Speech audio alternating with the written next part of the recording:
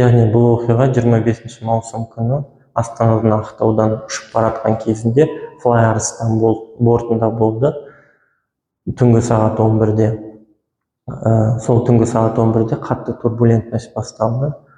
Ұшақта паника бастады. Сол кезде бортпроводник телефон связі арқылы ұшақта дәрігер бар ма деп айтты. Мен сол мезетте өз орнымнан тұрып жаңағы науқасқа бардым. Сол науқасқа барған сәтте науқастың жағдайы ауыр болды, бет-аузы көгере бастады, иісі прекоматомалық состояниеда болды. Қасында тұрған адамдарды тұрғызып, сол кезде науқас әйелді жатқызып, горизонтальды бағытта науқастың аяғын көтеріп қойдым. Сол кезде давлениесін өлшедім, давлениесі 60-та 40 болды, пульсы 40 болды. Жүрек тоқтау мүмкіндігі жоғары болды. Сол мезетте бортпроводниктер кислород баллонын іліп қойған, ол кислород мен тексеру барысында жоқ болып шықты. Ол баллонды ауыстырттым. Және срочный медицинский укладканы бортпроводниктен сұрап алдым. Сол срочный медицинский укладкада атропин мен адреналинді тауып, соның инъекциясын жасадым. Соның инъекцияны жасау барысында науқастың жағдайы тұрақтандырылды.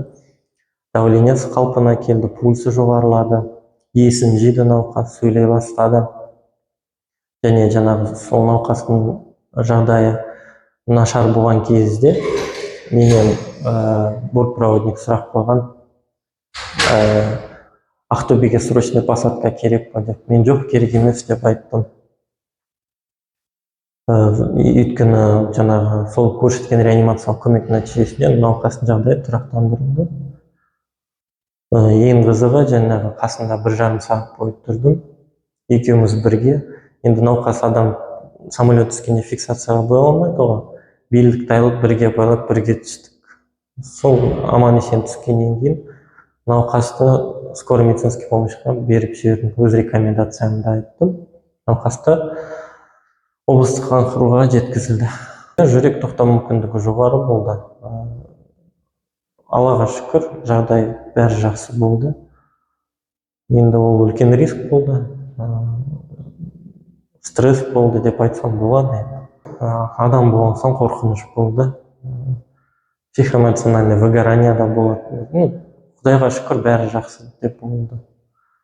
Науқас аман есен үйге ұшты.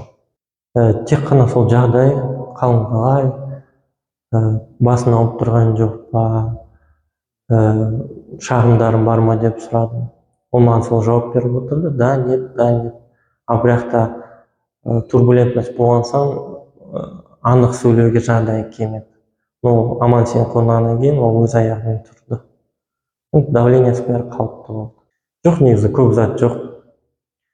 Жаңағы атропин мен адреналинді әзертіп алдым. Олардың амбул маскасы жоқ. Басқа да құрал жабдықтары жеткіліксіз. Кислородтың өзі бірінші баллон пустой болып шықты. Мен сол кезде видеоға түсірді деп мен даже байқамадым. И ол жағдайды мен ешкімге айтқан да жоқпын. Ол кейіннен маған келесі ары күні бәрі звондай бастады, осындай сен екен деп.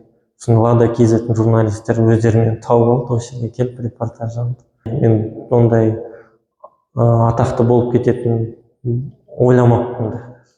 Егер осындай жағдай қайталанса, көмектесемін. Барлық жағдайды жасаймын. Мен өзім Қарағанды қаласының тумасымын. Қарағанды қаласының медицина университетін бітірдім. 2 мамандығым бар: общий хирург және анестезиолог реаниматолог. Дәрігер болу себебім, менің ағам бар, хирург, Қарағанды қаласында әйгілі хирург болып табылады, Рамазанов Ержан Шакенов. Ағам сияқты дәрігер болғым келді. Және болдым. Ошаққа көшіп келгеніме 7 ай болды. Бөлімшенің бастығы болып жұмыс істеймін. Аллаға шүкір, директор Жариев Нұрлан Нұрадинович условия жастарға белсенділік көрсетіп жасап жүр. Квартирамызды төлейді, жаңа айлығымызды төлейді. Енді больницамыз қазіргі таңда Қазақстан Республикасындағы ең күшті больница деп ойлаймын. Өйткені аппаратура бәрі жаңа, жұмыс істеуге ыңғайлы, және персоналды. Астана, Қарағанды, Алматы қаласының түкпір түкпірінен жиналған бәрі әйгілі ведущий специалисттер.